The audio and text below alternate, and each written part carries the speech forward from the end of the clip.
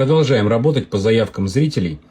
Здесь меня просят показать в Австралии одно запретное место, которое обгородили длинным забором.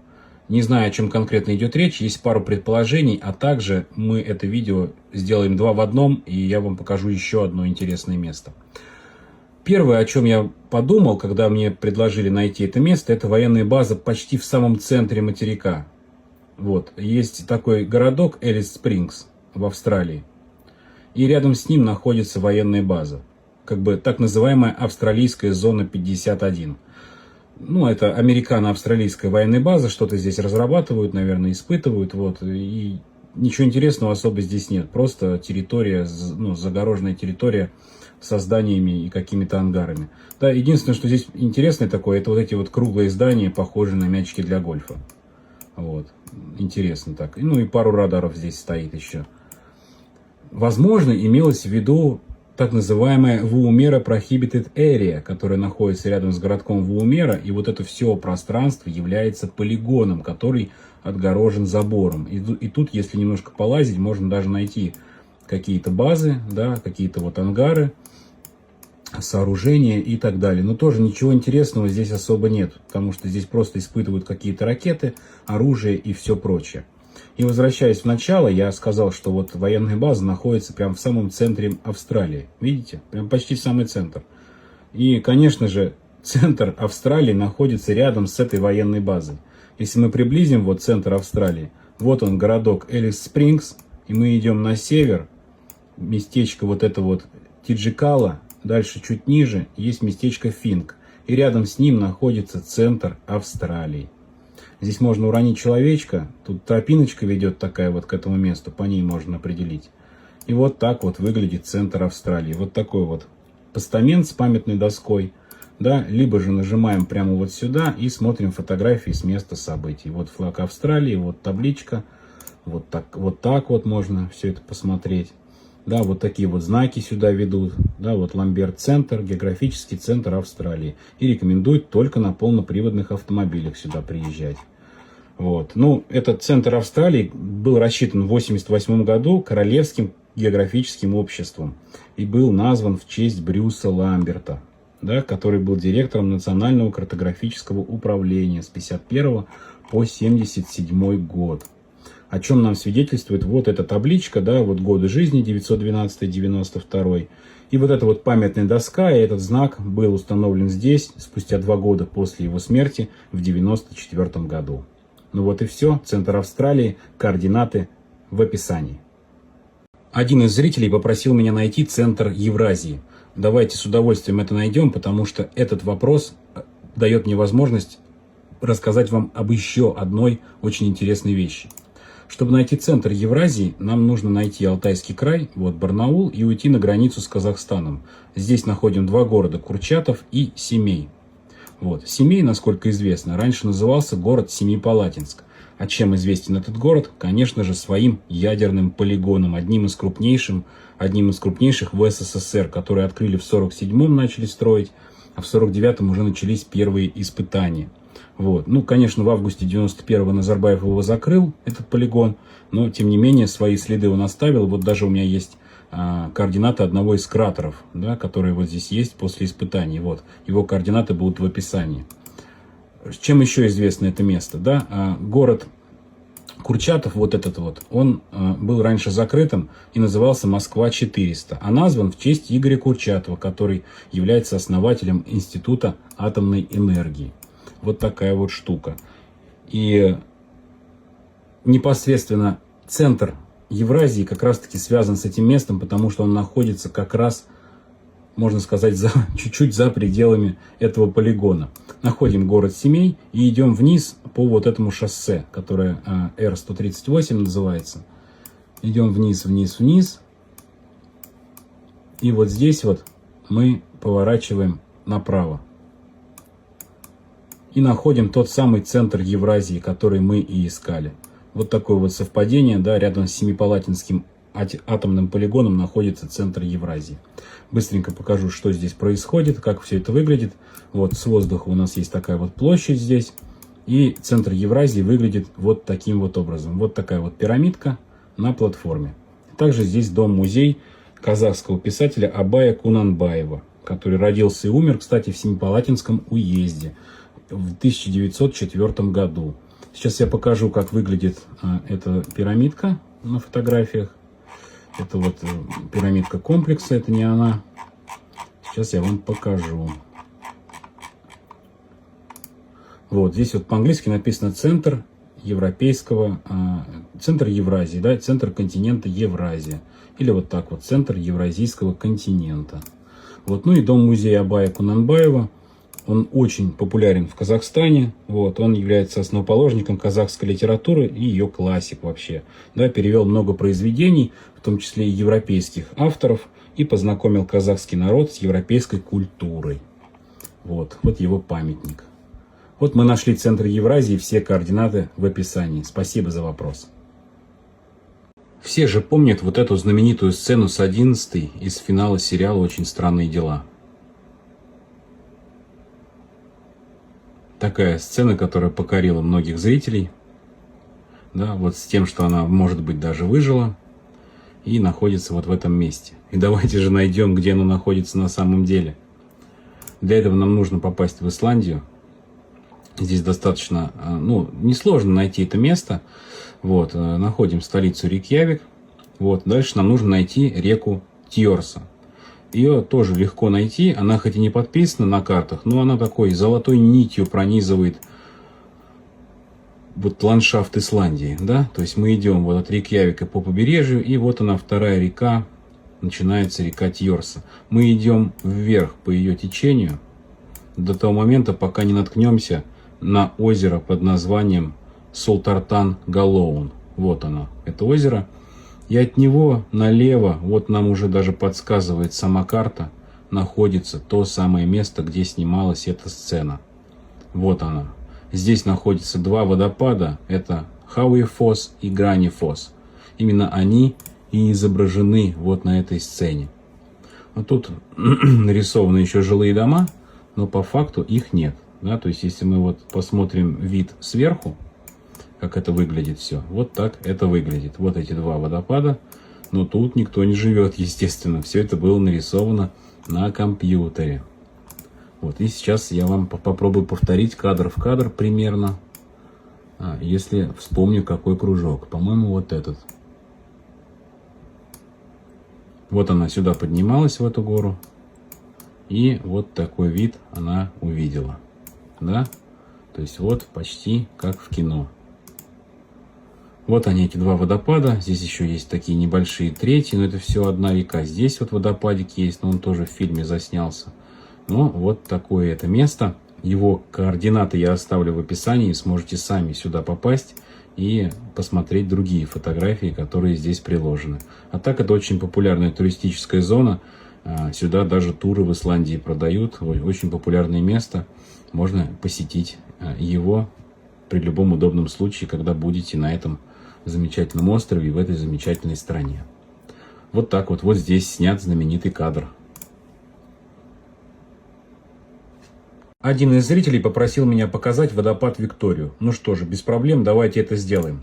Чтобы нам найти, где находится этот водопад, нужно переместиться в Африку и найти 4 страны. Это Ботсвана, Намибия, Замбия и Зимбабве. Здесь вот есть интересное такое пересечение 4 границ в одной точке. Мы туда приближаем. И первый момент, здесь есть такой вот Quadra Point Lookout.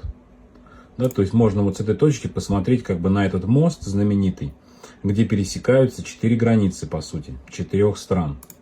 Но разговор сейчас не об этом. Дальше мы упираемся в реку Замбези и идем по ее руслу до города Ливингстон. Вот он. И дальше мы, это в Замбии. И дальше уже опускаемся от Ливингстона вниз и упираемся в этот водопад Виктория. Одно из красивейших мест в мире на самом деле. Этот водопад одна из главных достопримечательностей Африки. Им очень гордятся на этом континенте. Вот. Ну, конечно, еще бы. Этот водопад единственный в мире, который более 100 метров в высоту и почти 2 километра в ширину. Там 1800 метров у него длина. Вот это вот. Да, в этом месте на самом деле очень много точек обзора, откуда можно на него посмотреть. И вот отсюда можно на него посмотреть, да, с разных сторон. Он такой широченный, бурлящий, в разное время разные объемы воды через него протекают, да, то есть вот такая точка обзора есть. Но я для себя приглядел, например, вот Knife Edge Bridge, тоже очень красивое место, такой мостик вот, проходящий прям по границе водопада. Интересное такое место. Да, и здесь вот написано, что он был построен в 1968 году. Да, у него длина 40 метров, ширина 1,30 м. Вот такое вот место. Ну и у него есть еще вот такой viewpoint, да, с которого тоже видно его, можно так сказать, в разрезе, да, такой как каньон получается. И здесь же стоит памятник человеку, который его открыл. Это первый белый человек, который открыл этот водопад Виктория. И вот здесь вот как раз-таки это все написано. Это шотландский исследователь Дэвид Ливингстон. Он открыл этот водопад в 1855 году. Вот. Тут даже дальше написано, что он умер в Замбии в 1973 году, 33 года изучал Африку, вот, и только в 1974 году его тело отправили в Англию, чтобы похоронить, да, а внутренние органы у него похоронены в Африке. Вот такое вот красивейшее место, меня попросили показать, здесь, конечно, не насмотреться на него, вот, ну вот одни из самых лучших фотографий вот такие вот здесь есть. Водопад Виктория, это чуть ли не номер 1 в списке на посещение. Прямо сейчас собираемся и едем.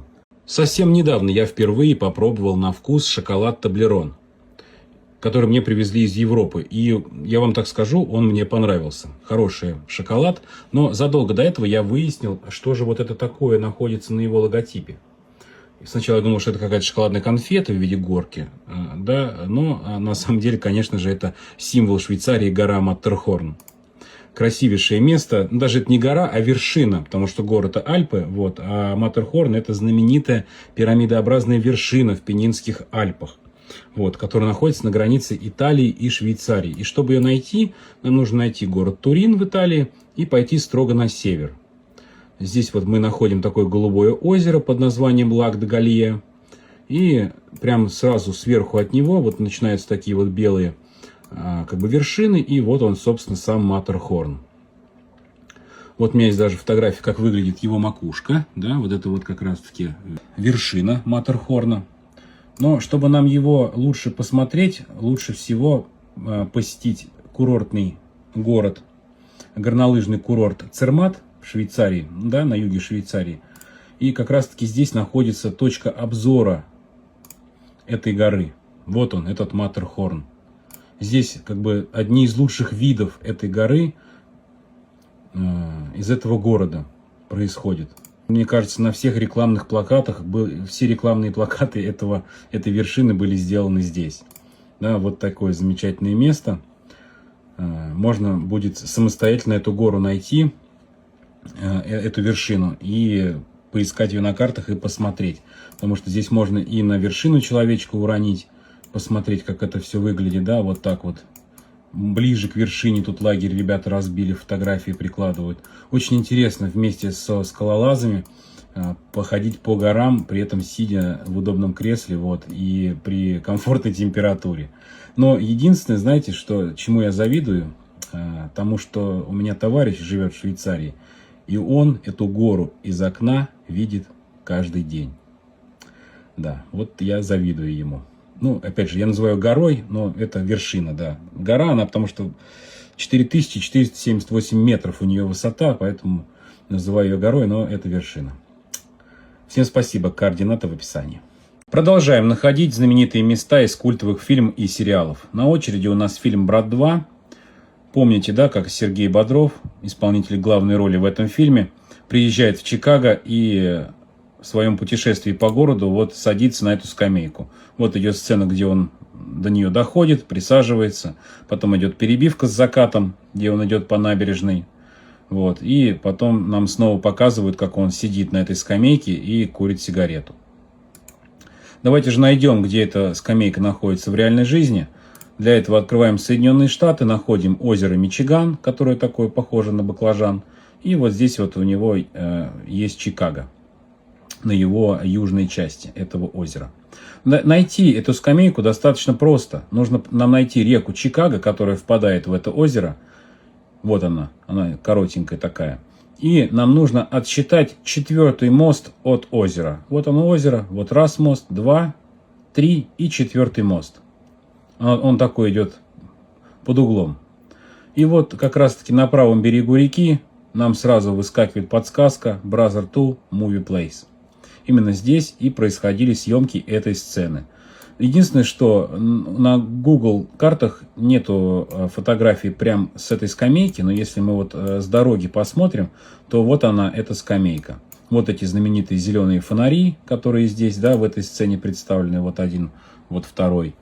Вот та самая скамейка. Но если мы вот нажмем вот сюда, здесь нам появится вот такая подсказка. Да, здесь вот фанаты фильма оставляют свои подписи. Здесь вот и город Гродно, Орел, Мозырь, Нарва, Тольятти, Москва. Здесь еще видно Днепр город. Харьков вот написано вот здесь. Где-то я видел Мариуполь было написано. И, ну, естественно, в чем сила? Легендарная фраза из фильма. В чем сила, брат? Вот здесь написано. Так что вот это место культовое. Координаты его я оставлю в описании. Можете самостоятельно пройти и посмотреть, и поностальгировать. Да, вот она, эта самая скамейка из вот этого сцены в фильме «Брат 2». Спасибо. А как часто вы устраиваете себе челленджи? Вот вам челлендж от меня. Попробуйте за минуту найти кота в столице кошек Стамбуле.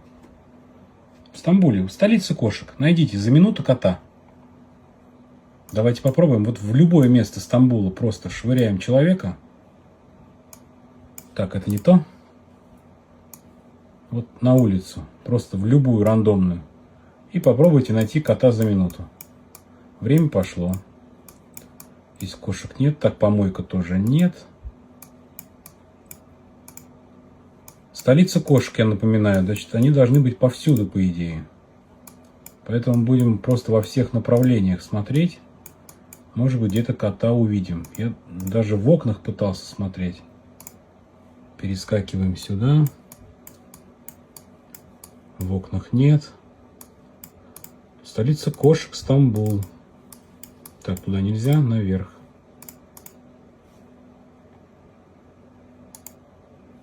Передвинулись в другое место. Кошек я не нашел. В общем, не так-то просто это сделать, как оно кажется, да, найти кота в столице кошек. Номер 1 в мире, Стамбул. Но я для вас это сделал. Вот, собаку нашел, но это не считается. Я для вас это сделал, да, но на это ушло чуть больше времени. Просто чтобы вы понимали, что я нашел кошек в Стамбуле и нашел сразу 2. Вот на этой улице. Вот здесь лежит первый кандидат. А вот тут чуть дальше. Вот он. Сидит второй. Вот. Но на это ушло минут 5. Но за минуту сложно найти в столице кошек кошку. Вот попробуйте вы, вам челлендж в комментариях. Ответьте, за какое время вы нашли кота в Стамбуле. Спасибо. Я уже было подумал, что с центрами закончено, но не тут-то было, меня взяли на слабо. Без проблем находим. Для меня существует 2 таких зарегистрированных центра Европы. Первый старый, который в 1887 году австро-венгерскими географами был установлен на территории Украины. Да, это село Деловое на границе с Румынией.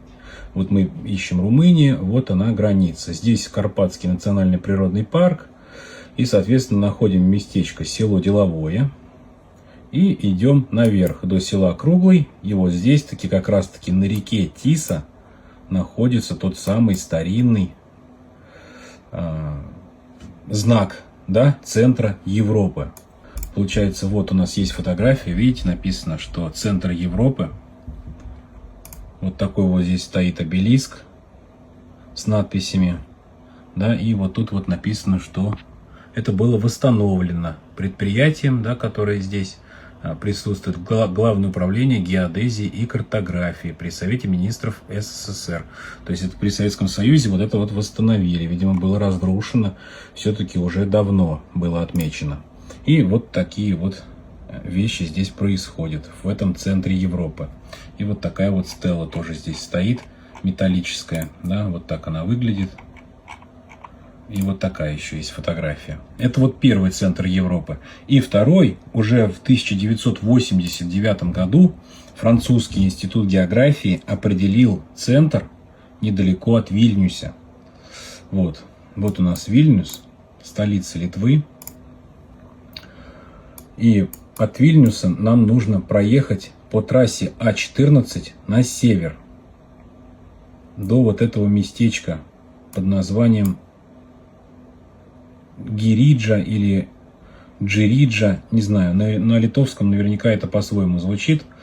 Здесь вот есть как раз-таки зарегистрирован последний географический центр Европы. Вот, здесь уже вот так вот все это выглядит.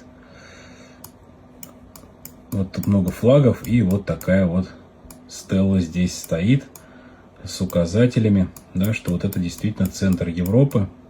Флаги здесь европейских стран тоже присутствуют. Так что это местечко уже такое более официальное, исходя из современных границ всех государств, которые входят в Европу. Вот в эту европейскую часть мира, скажем так. Вот. Так, сейчас еще фотографии, может быть, посмотрю. Ну, вот такой вот камень. Географический центр Европы. Все координаты будут в описании. Что можно считать центром нашего мира? Ну, наверное, можно предположить, что центром мира является нулевой остров на пересечении нулевого меридиана и экватора, так называемая нулевая долгота и широта. Чтобы найти остров 0, нужно нам попасть в Гану, африканская страна, есть город Акра здесь, и прямо вниз на север делаем прямую линию и упираемся в первое формирование в океане такое, подводное. Да? То есть этот остров нельзя посмотреть с моря, с океана. Это только вот так совпало, что вот под водой находится этот остров. Вот, к сожалению, мы его не видим. Единственное, как мы можем увидеть остров 0, это вот такой вот буй, который собирает метеорологические и океанографические данные. Вот, называется эта станция 13010 Соул. Вот, в точке 0 стоит такой вот буй и напоминает нам о том, что такое вот знаковое место. Вообще, географическим центром нашей планеты принято считать, ну, стеллу, скажем так, в городе Сан-Антонио в Эквадоре. Здесь есть город Кито в Эквадоре, и чуть-чуть севернее от Кито есть местечко Сан-Антонио. И здесь как раз-таки есть площадь, на которой находится монумент, памятник, стелла, да, центру мира. То есть вот давайте посмотрим, как она выглядит. Вот она, это стелла мира. Да? То есть так она называется, Middle of the World. Вот здесь можно погулять, здесь все локации обеспечены фотографиями. Со всех сторон можно разглядеть, как эта стелла выглядит. Здесь вон толпы туристов сюда приходят, да, то есть вот принято считать, что именно вот здесь, на экваторе, между прочим, на экваторе, да, то есть здесь вот есть линия экватора, она проходит вот так вот через этот памятник. Вот, и здесь, соответственно, находится этот вот центр мира. Также в этом городке, если смотреть направо, вот здесь есть еще нулевая широта. Такой вот небольшой тоже памятничек, да, такая вот стелла вертикальная. Вот здесь как бы вот тоже ребята сделали такой вот монумент. Тоже интересное место. Так что можно сразу два объекта в этом городе Сан-Антонио в Эквадоре посмотреть. Вот что считается центром мира, как бы географический, и пересечение нулевого меридиана с экватором. Остров 0, недалеко от берегов Ганы. Вот здесь. Когда я снял видео про центр России, ребята в комментариях начали писать про то, чтобы я нашел центр Советского Союза. Эта задача посложнее, но тем не менее она выполнимая, и я к вам вернулся с ответом. Для того, чтобы найти центр Советского Союза, нужно нам попасть в Ямал-Ненецкий автономный округ. Вот здесь знакомые всем нам места, Дудинка-Норильск, помните, да, вот озеро Виви, здесь вот центральная точка России находится, это мы помним. Но Ямал-Ненецкий автономный округ находится рядышком, Салехард, Новый Уренгой, крупные города. Чтобы найти центр Советского Союза, нам нужно найти город Ратта на юге Янау. Да, по расчетам на 1974 год центр СССР, сухопутный, уточняю, находился у истоков реки Покольки.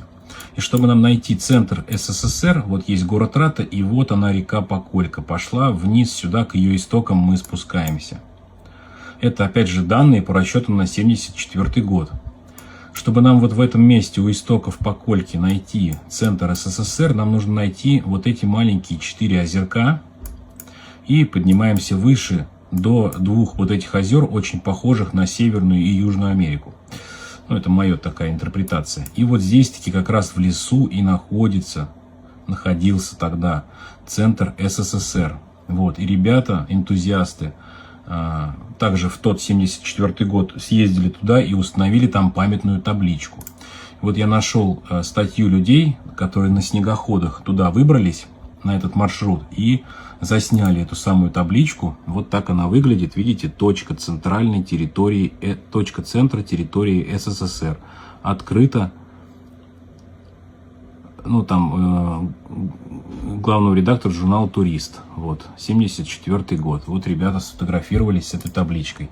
Также там на дереве есть тоже табличка. Вот, точка центра территории Советских Социалистических Республик, верховья реки Покольки. Да, вот ребята на фоне этой таблички сфотографировались. Очень интересные места здесь, да, очень труднодоступные, только на снегоходах туда можно добраться зимой. Летом, я так понимаю, не доехать. Вот, а уже в 1989 году центр перенесли ближе к городу Токма, но это уже Иркутская область.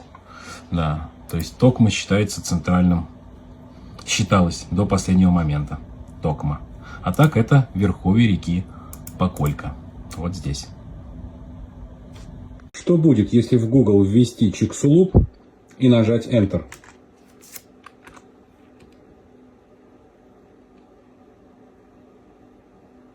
Упадет метеорит.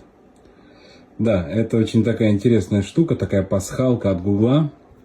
Метеорит Чиксулуп упал более 66 миллионов лет на полуостров Юкатан в Мексике. Тем самым из-за него вымерли динозавры. Да, этот метеорит был диаметром 10-15 километров. Вот, упал на полуостров в Мексике и создал кратер там 150 или 200 километров в диаметре. И сейчас ученые уже давным-давно еще определили, что вот это вот место на полуострове Юкатан является частью этого кратера, да, его низиной получается. Вот, и в центре этого кратера стоит вот такой вот динозаврик. Да, это велоцираптор. Такая вот интересная штука будет, если ввести Чиксулуп в поиск. Поэтому введите, сами попробуйте и посмотрите, что будет у вас. Вот еще раз вводим и смотрим. Полетел. Сейчас у вас в голове автоматически заиграет музыка. Па-пара-пам. Пам-пам-пам-пам-пам. Все верно, это «Санта-Барбара». Сериал, мыльная опера даже так, которую снимали с 84 по 93 год, отсняли 9 сезонов и 2137 серий. Да? Ну, кстати, это первый сериал, который показали в России после распада Советского Союза. Давайте же найдем вот эти знаменитые арки. Даже некоторые зрители в комментариях мне писали, чтобы я их нашел, спрашивали, где же они находятся. Достаточно легко их найти на самом деле, поскольку снималось это все в Калифорнии, в одноименном городе Санта-Барбара. Нам нужно найти этот город. Ищем Лос-Анджелес и идем по побережью налево, пока не уткнемся в Санта-Барбару. Вот этот небольшой городок. И в Санта-Барбаре нам нужно найти, вот здесь вот на севере города, недалеко от Мишен Каньон, нам нужно найти вот такое красное здание. То есть это получается у нас здание испанской миссии, да, 18 века. И, соответственно, здесь-то и была снята эта сцена на заставку. То есть вот эти вот дуги, да, были сняты здесь. И вот этот вот собор получается, да, вот эти вот купола, два. Вот этот ансамбль был тоже снят здесь, но это видно, что вот они дуги идут тут. И вот, чтобы нам убедиться, что это действительно так, роняем человечка вот сюда на парковку, поворачиваем камеру и получаем те самые дуги, которые снимались, ну, в 80-е годы. И вот этот вот ансамбль со входной группой. Здесь можно немножко подвигаться, но, кстати, вот почему-то люди на Google картах не сняли изнутри это все дело. То есть можно вот двигаться здесь вот рядом с этими арками, можно поближе к другому концу подойти, да, вот сюда. Но вот внутрь арок почему-то кадры не сделаны были, поэтому только на фотографиях можно смотреть, на отдельных, но не на Google картах. Но этого достаточно будет, чтобы самостоятельно потом найти это место. Вот такое культовое место я нашел из заставки 80-х годов. В описании обязательно будут координаты, сами пройдите и погуляйте здесь, в этом месте, в этой испанской миссии 18 века. Все, всем спасибо. Надеюсь, поностальгировали. Пришло задание от подписчика. Нужно найти то место, где на китайской стене снимали «Карате пацан». Там было несколько сцен. Вот, давайте же их найдем. Поможем человеку. Эти сцены снимали в городе Пекин, но не в самой черте, а за городом, так сказать, потому что не только вот эта часть входит в город Пекин, но и также вот эти горные места, и в том числе часть китайской стены. Вот. Мы идем севернее от города Пекин до местечка под названием Мутьян-Вэлли. И здесь вот в этом месте, буквально вот где начинается китайская стена, как раз таки и происходили съемки. Достаточно быстро ищется это место, вот та самая башня. Я так понимаю, вот про эти сцены идет речь, да, то есть вот он занимается с пацаном, и вот мы видим вот эти вот, ну, вот этот кусок стены. И вот если брать фотографии с этого места, то получается вот так. Вот та самая стена, тот самый элемент. Вот, это он. Соответственно, здесь есть и другие сцены, да, вот он тут бегает, потом вот он на вышке стоит, да, то есть на башне на этой. Это как раз-таки вот эта самая башня. Если мы сюда уроним человечка, то мы поймем, что это вот она и есть, да. Вот она, эта башня, вот эти горы, которые видны на кадрах, вот на этих вот. Вот. То есть вот эти хребты, вот они как раз здесь вот видны, эти хребты.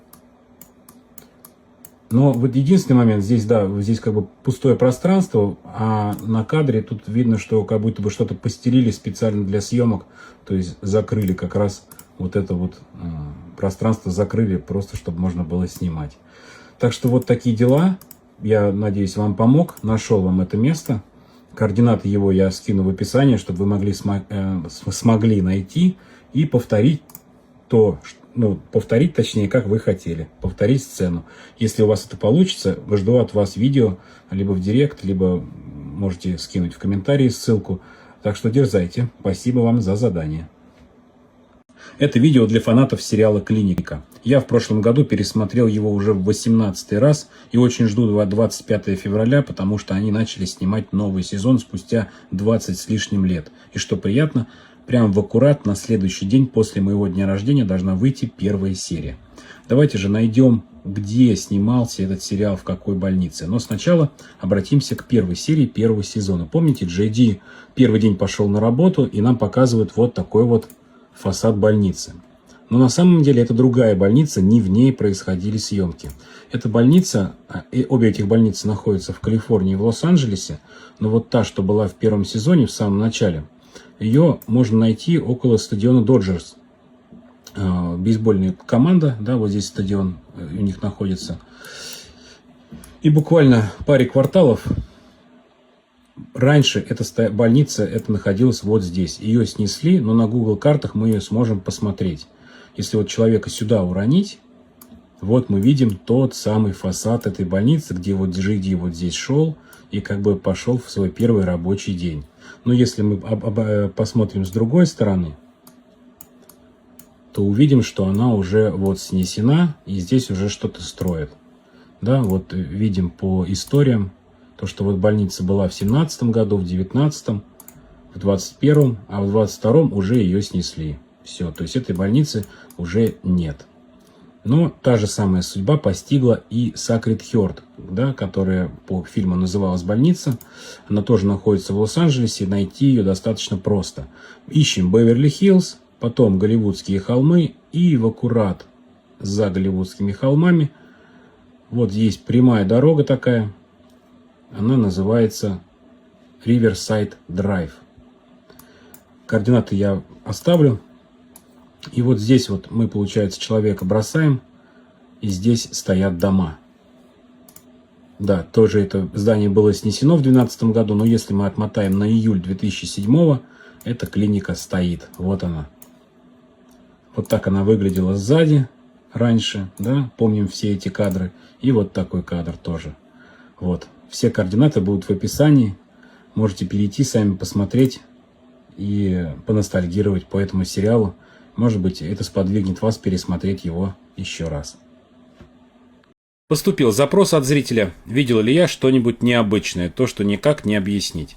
Хорошо, давайте вот из свежего, например, вам приведу пример. Нам нужна Австралия, уходим вот на западный берег. Здесь вот есть такой вот островок Бэрроу-Айленд. Наш ориентир, уходим чуть ниже. И нас интересует вот этот вот небольшой островок.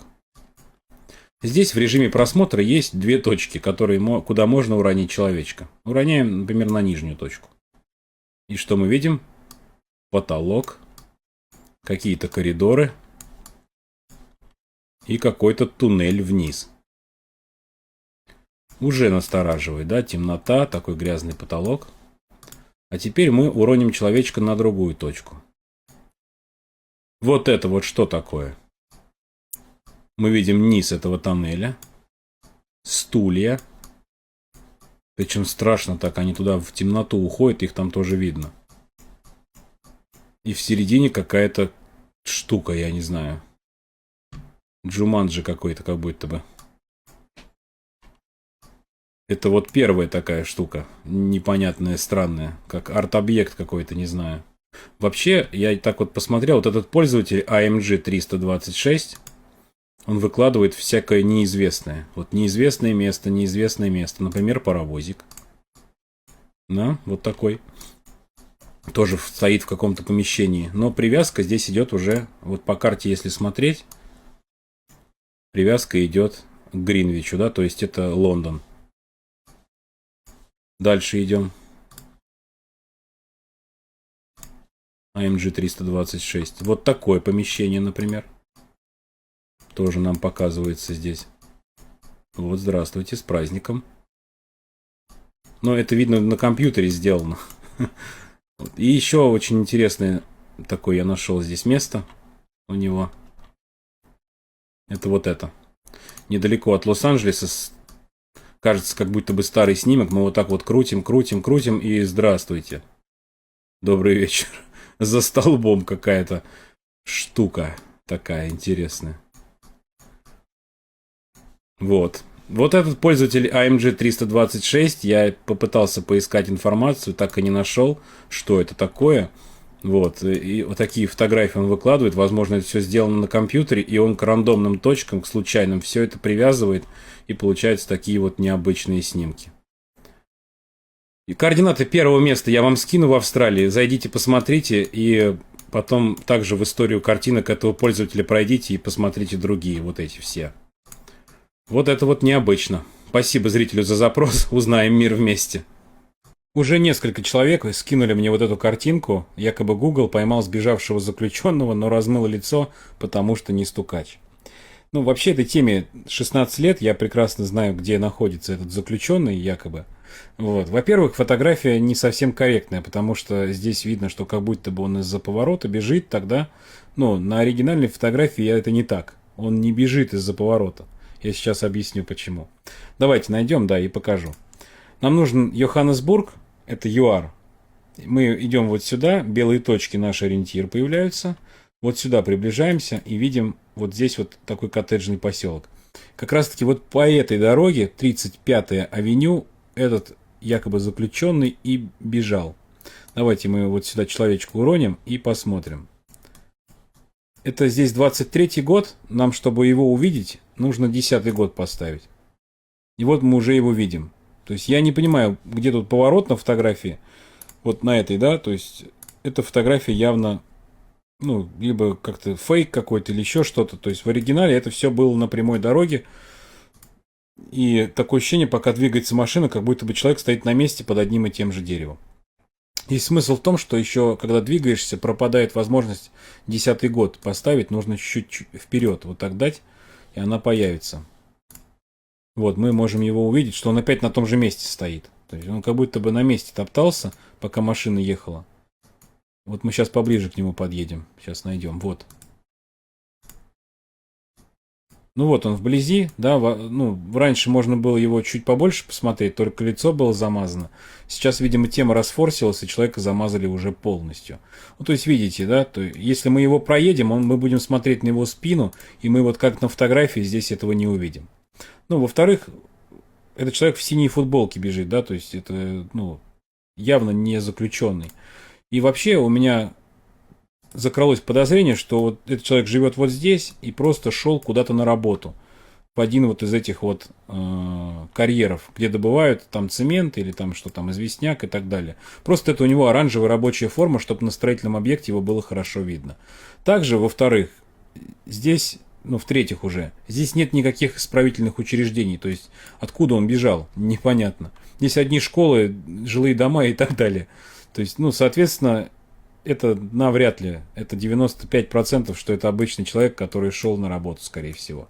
Так что вот, да, спасибо ребятам, что напомнили мне про эту картинку. Координаты будут в описании, сами можете зайти на него посмотреть. Вот, и всем спасибо. Узнаем мир вместе. Многие зрители в комментариях просили меня рассказать про места съемок из фильма «3 метра над уровнем неба». Ну что же, давайте это сделаем. Пару мест я вам сейчас покажу. Это испанский фильм 2010 года, режиссер Фернандо Гонсалес Молина.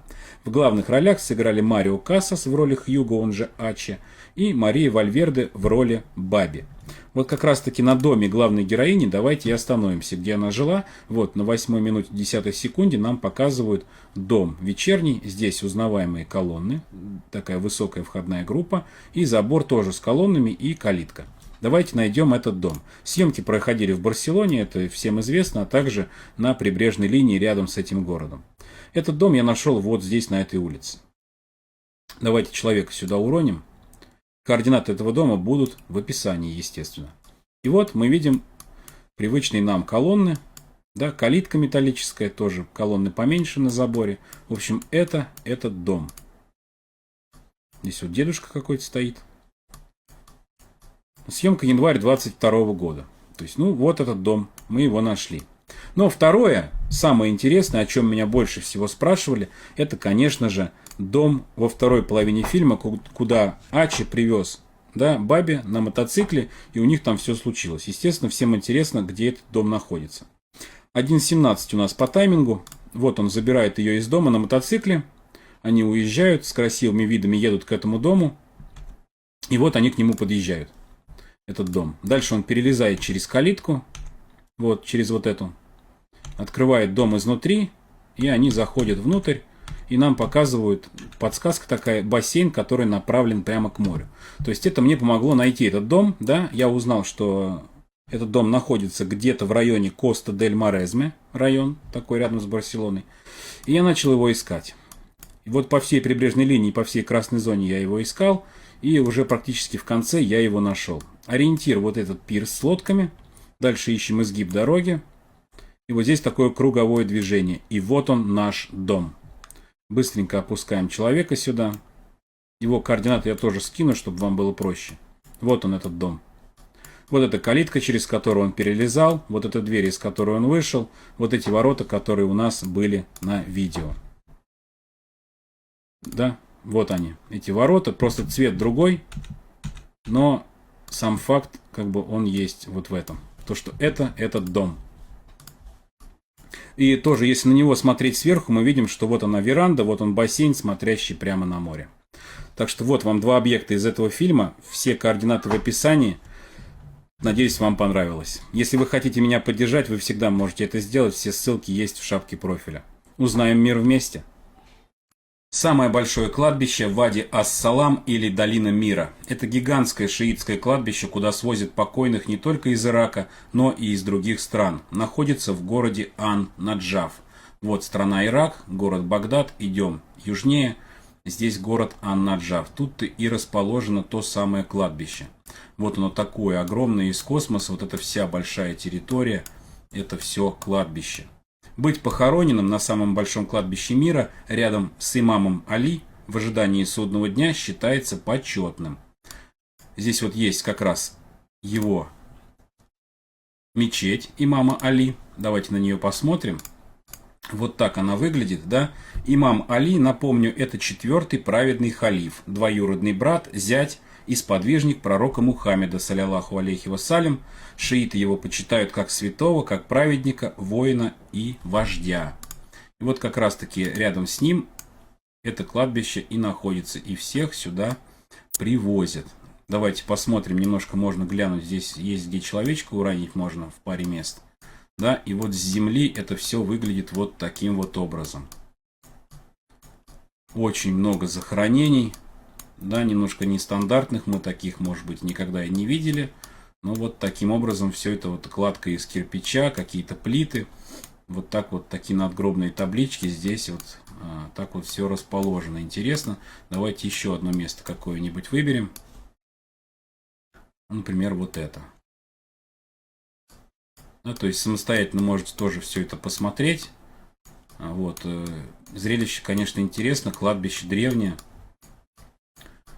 Здесь так вот все интересно выглядит. Вообще напомню, что праведный халифат – это государство, созданное после смерти пророка Мухаммеда, саллиллаху алейхи вассалям, в 632 году. На территории Аравийского полуострова, части Кавказа, Северной Африки и Средней Азии. Да, это вот почему имам Али праведный халиф. Это вот именно поэтому. Кладбище вообще занимает территорию чуть больше 600 гектар и содержит более 5 миллионов захоронений. С каждым днем их число увеличивается вот уже на протяжении почти 1500 лет. Давайте еще куда-нибудь уроним, вот сюда, например, и посмотрим. Вот здесь похоронены многие, конечно, и святые, и 2 пророка, мир им всем, здесь, говорят, похоронены. В общем, координаты этого места я оставлю в описании. Обязательно перейдите, посмотрите. Место популярное, конечно. Да, и в исламском мире его о нем все знают. Вот. Всем спасибо. Узнаем мир вместе. Допустим, у вас появилось жгучее желание погулять по столице Филиппин, Манила. Вы заглянули в залив и увидели вот это. Что это такое, да? Интересное. Это форт Драм, также известный как остров Эль-Фрайль. Этот железобетонный морской форт, по форме напоминающий линкор, был построен в США в 1909 году в качестве одного из оборонительных сооружений гавани во время американского колониального периода. Да, вот американцы, получается, вот такой вот остров, это реальное изображение, они его взорвали, сравняли и залили бетонные основания под этот линкор, потом его отлили из железобетона и установили орудия. Вот, давайте посмотрим сейчас фотографии с карты, какие есть, да? Вот такая фотография есть этого линкора. Вот такая фотография сверху, где орудия есть. Ну, давайте я про них расскажу. Да, сверху у этого бетонного линкора были установлены 2 356 миллиметровых орудия. Передняя башня вращалась на 230 градусов, а задняя на 360, а дальность стрельбы составляла более 17 километров. Вот у меня есть фотография этого линкора в 80-е годы. Вот так это все выглядело, ну да, в сравнении вот с другим линкором настоящим. По размерам у него длина 110 метров, ширина 44, высота 12 метров. Верхняя броня, вот эта вот верхняя плита, была толщиной 6 метров, а внешние стены имели толщину от 8 до 11, что делало их практически непробиваемыми для вражеского флота. Во время Второй мировой войны этот форт был захвачен японцами. Давайте еще несколько фотографий посмотрим, какие здесь есть. Такая фотография. Ну, вот издалека, например, фотография есть. Да, японцами он был захвачен во время Второй мировой войны. Затем американцы его отвоевали, но для этого им пришлось пробурить отверстие и залить внутрь нефть и бензин, а затем поджечь. 5 дней все это горело. Форт навсегда был выведен из строя, а внутри погибли 68 японских солдат. И вот если сверху на этот форт смотреть, видно вот эти отверстия, которые были проделаны американцами, чтобы залить туда горючую жидкость. Вот так все это и случилось, и с тех пор, после Второй мировой войны, этот форт выведен из строя и находится здесь вот как такая достопримечательность и памятник истории. Вот даже есть чертежи 2020 года, как этот форт планировался строиться. Да, вот какой-то маяк, вот две закладных под будущие пушки и так далее. Да, вот очень интересно, можно тоже посмотреть. Вот такое вот место. Спасибо всем. Узнаем мир вместе. Ну сколько? Запросов 100, наверное, мне пришло и в комментариях, и в сообщениях, чтобы я показал остров Эпштейна. Я вообще не знаю, кто это такой. Да, я узнал только, что это финансист американский. И пару новостей про него прочитал и понял, что человек на самом деле не стоит особого внимания. Но раз вы просите, давайте я покажу. Ищем Доминиканскую республику. Дальше нас интересуют американские Виргинские острова вот здесь. Именно тут-то и находится этот остров. Здесь вот есть столица Шарлотта-Амалия Виргинских островов. Идем на восток острова, и здесь вот есть островок под названием Little Saint James. Это и есть тот самый остров, который принадлежал американскому финансисту Джеффри Эпштейну с 1998 года по 2019. Его компания купила этот остров в 1998 году за $8 миллионов. Его площадь примерно 30 гектар. И, соответственно, здесь были построены дома. Да, вот давайте посмотрим. Были построены, я так понимаю, основной дом вот этот вот, да, причал, какие-то дома прислуги. Если я так понимаю, вот так лодки какие-то строят, да, вот видно здесь какие-то очертания маленьких суденышков. Да, вертолетная площадка вот здесь вот белая. Видно буква H здесь, да, хеликоптер. Ну и какие-то вот еще здания, может быть, гостевые, тоже с видом на море, вот на это, на все. То есть, ну, вот я не знаю, что вам показывать на острове Эпштейна. По сути, здесь как бы, ну, какие-то несколько строений, какая-то зеленая площадка, да, что-то типа прогулочной зоны какой-то, дорожки вот сделаны. Здесь что-то тоже какая-то тема вот зданий, какие-то, может быть, пространства для размещения людей, не знаю.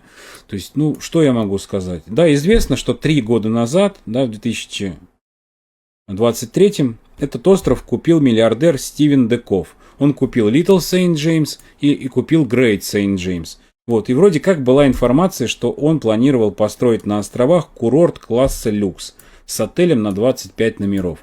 Видно, что вот этот остров тоже начинают застраивать. Пару лет назад здесь вообще даже дорог не было, но теперь они тут появились. И, соответственно, вот у вас у всех будет возможность посетить остров Эпштейна, отдохнуть на нем, вот, и сознанием дела, так скажем, побывать на этом острове. Я не в теме, поэтому, ребят, вы попросили меня показать остров Эпштейна, я вам его показал. Да, сейчас это, получается, 2 острова Стивена Декоффа. Вот, дай бог, чтобы он тут построил отель и воплотил то, что он хочет в жизнь. Вот, спасибо вам большое за запрос. Если вам нравится то, чем я занимаюсь, вы всегда можете меня поддержать. Все ссылки в шапке профиля. Узнаем мир вместе. Поступил запрос от зрителя показать могилу Наполеона. Давайте это сделаем. Вот он, наш герой, Наполеон I Бонапарт, император французов, заложивший основы современного французского государства. Получил этот титул он в 1804 году, а затем его победоносные кампании превратили Францию в главную державу на континенте. Но соперничество с Великобританией не позволило закрепиться в этом статусе, а поражение в войне 1812 года против Российской империи и затем еще и против французской коалиции заставило его отречься от престола в 1814. В 15 он вернулся обратно на 100 дней, но поражение в битве при Ватерлоу вынудило его снова сложить с себя полномочия. Свои последние годы прожил на острове Святой Елены в плену у англичан, где и скончался от рака желудка 5 мая 1821 года. Там же он и был похоронен. Вот он, остров Святой Елены, находится примерно в 2000 километрах от Африки. Давайте к нему приблизимся. Вообще, остров Святой Елены – это вулканический остров, является частью Великобритании.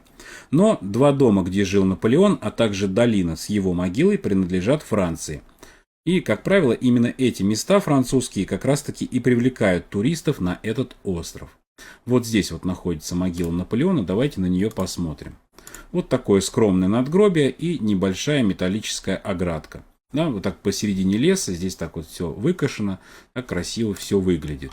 Здесь даже есть режим работы у этого объекта. Где-то я сейчас найду, да, вот, например, вывеска есть, что вот с понедельника по пятницу с 9 до 3 работает, но закрыто во время публичных каких-то праздников там или собраний. Вот такая вот скромная могилка здесь для него сделана на острове Святой Елены. Да, вот, например, такая фотография есть, или вот такая побольше. А уже в 1840 году его прах отсюда переместили в Дом инвалидов в Париже. Вот так этот Дом инвалидов выглядит с воздуха. И вот таким образом он выглядит на карте. Здесь уже, конечно, все получше. В самом центре Дома инвалидов находится саркофаг Наполеона. Вот таким образом он выглядит. Прах императора вообще покоится в 6 гробах внутри вот этого саркофага из красного кварцита на гранитном постаменте. Вот. И здесь еще есть такая вот фишка у них, что вот, например, на этой фотографии хорошо видно, что людей, туристов, посмотреть на саркофаг пускают только на верхний ярус. Тем самым они как бы преклоняют голову перед величием императора. Вот такая вот задумка была у авторов всего этого дела. Вот я показал вам два места, где покоился и покоится Наполеон. Надеюсь, вам понравилось. Узнаем мир вместе. Спасибо зрителю за запрос. Получил вот такое вот письмо от своего зрителя. Я путешественник из Казахстана, собираюсь поехать в Непал. Если у вас есть интересные локации, поделитесь, пожалуйста, или сделайте ролик.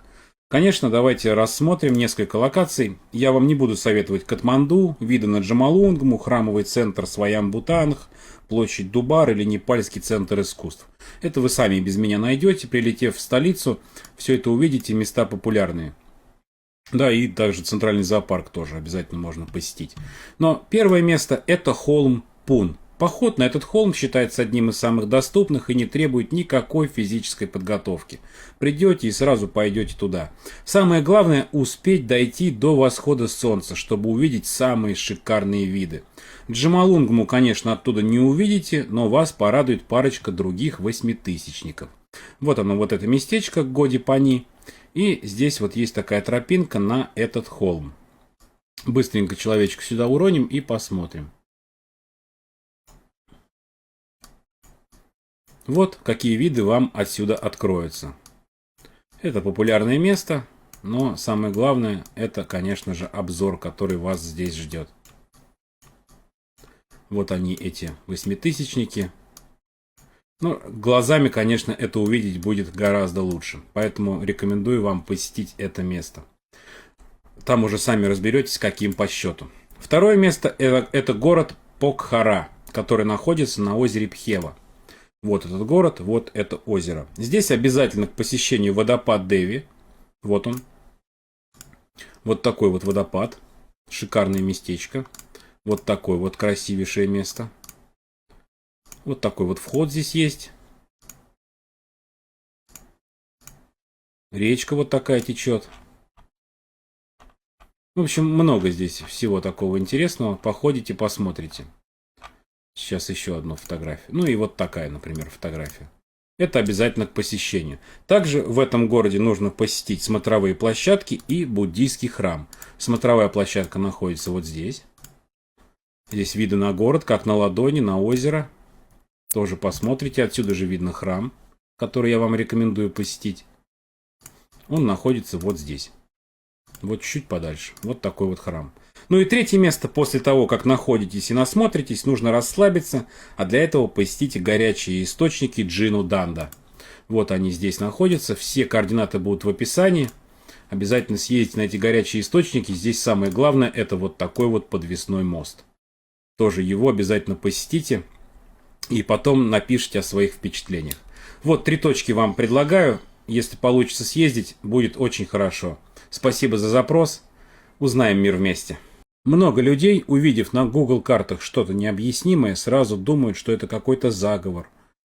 Тайные правительства нам что-то пытаются сказать или спрятать от нас. Это инопланетное происхождение. Пришельцы прилетели, села тарелка, образовались какие-то рисунки. Мистика и загадки вокруг нас. Но все объясняется обычным человеческим языком. Вот, например, Австралия. Мне десятки раз скинули эту штуку. Давайте я вам ее покажу. Вот мы приближаем, здесь должна быть драматическая музыка. Берцвиль у нас ориентир, идем в пустыню. Приближаем, приближаем, и, о господи, что же мы видим сверху? Портал в другое измерение? Может быть, следы от приземления летающей тарелки?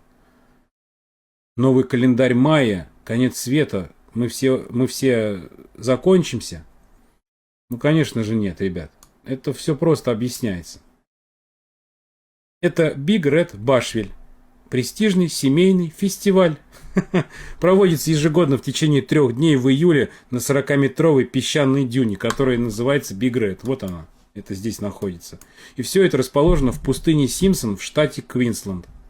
Давайте я вам одним человечком все это объясню. Вот уроню сюда. Посмотрите, пожалуйста. Это огромная парковка для машин и автодомов. И здесь там летом проводятся фестивали. Вот этот называется Big Blue Day.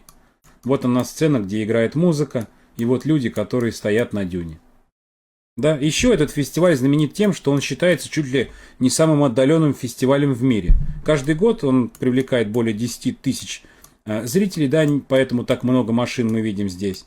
Вот, которые, зрители приезжают, чтобы послушать рок-кантри музыку австралийскую, разбить лагерь и покататься на сноуборде с песчаных дюн. Вот отсюда они катаются. Вот они горки. Вот людей здесь много, все развлекаются. Поэтому никакой мистики здесь нет. Мне скидывают этот ролик, с пониманием того, что это такое, это шок-контент. Это какая-то мистика, просто посмотри, это какие-то древние цифры, древние буквы. И какая геометрия, да, все так вот идет. Ребят, все просто объясняется. Вот. Здесь можно посмотреть и другие фотографии этого фестиваля, да. Вот так вот можно это все увидеть с самолета. Можно уронить человечка на дюну, вот сюда, и посмотреть здесь. В общем, координаты этого места будут в описании. Люди здесь отдыхают, так что никакой мистики нет. Все легко объясняется. Если вам нравится то, чем я занимаюсь, вы всегда можете меня поддержать. Все ссылки будут в шапке профиля. Узнаем мир вместе. Несколько человек из комментариев просили меня рассказать про этого человека. Ну что же, давайте я сейчас вкратце это расскажу, а также покажу пару мест, связанных с ним. Это Юрий Алексеевич Гагарин, все его узнали, советский космонавт, военный летчик, полковник ВВС и герой Советского Союза. Первый человек в мире, кто побывал в космическом пространстве. 12 апреля 1961 года, после 108 минут полета, он успешно приземлился в Саратовской области, неподалеку от Энгельса. Давайте это будет нашей первой точкой, которую я покажу. Вот Саратов с Энгельсом, и вот здесь вот у нас получается есть 2 точки. Первое — это место приземления спускаемого аппарата, насколько известно. Юрий Алексеевич катапультировался и приземлился на парашюте. Здесь такая вот тоже территория сделана, да, увековечили место, где приземлилась его капсула, вот это вот. На ее месте, интересно, есть вот такой вот камень, на который указаны некоторые детали, да, что вот на 101 минуте Юрий Гагарин катапультировался и приземлился в 4 километрах от места посадки вот этого аппарата. Вот то, интересно такое место, первое. А второе — это само место, где Гагарин приземлился. Здесь тоже сделан музей, парковка, вертолет. Если у вас есть, можете на нем прилететь сюда. Вот, давайте человечка сюда уроним, посмотрим, что здесь есть на территории. Да, вот такой вот памятник здесь есть Юрию Алексеевичу, где он нам рукой машет. И такая вот ракета здесь, получается, есть. Вот Юрий Алексеевич нам машет. А с другой стороны, есть памятники героям Советского Союза. И вот здесь посередине стоят Циолковский и Королев. Это первая часть, скажем так, да, но есть и грустная грустная часть моего видео. В возрасте 34 лет, 27 марта 1968 года, Гагарин погиб в авиационной катастрофе, выполняя тренировочный полет на самолете МиГ-15УТ. Вот этот самолет, как он выглядит. Был он вместе с инструктором Владимиром Серегиным. И недалеко от деревни Новоселово Киржачского района Владимирской области он попал в вихревой поток, да, это по официальной версии, к пролетающему мимо самолета Су-15, который шел на сверхзвуке, и Гагарин с Серегиным ушли в плоский штопор и разбились, не успев катапультироваться. То есть у них была возможность, но, к сожалению, не получилось. Их тела были кремированы и захоронены у Кремлевской стены. Я имел честь побывать на этой могиле Юрия Алексеевича, да, постоял, вот, и поскорбел немножко по нему. Жалко, конечно, человека. Погиб в 34 года. Я сейчас старше его. Это с ума сойти. И вот это место гибели Юрия Алексеевича во Владимирской области. Здесь есть несколько фотографий. Все координаты приложу, сможете пройти, посмотреть. Да, вот такой есть камень здесь мемориальный, где указано, что здесь погибли вот летчики. Береза вот есть памятная. В общем, посмотрите. Спасибо вам за заказ. Вот, надеюсь, рассказал. Узнаем мир вместе.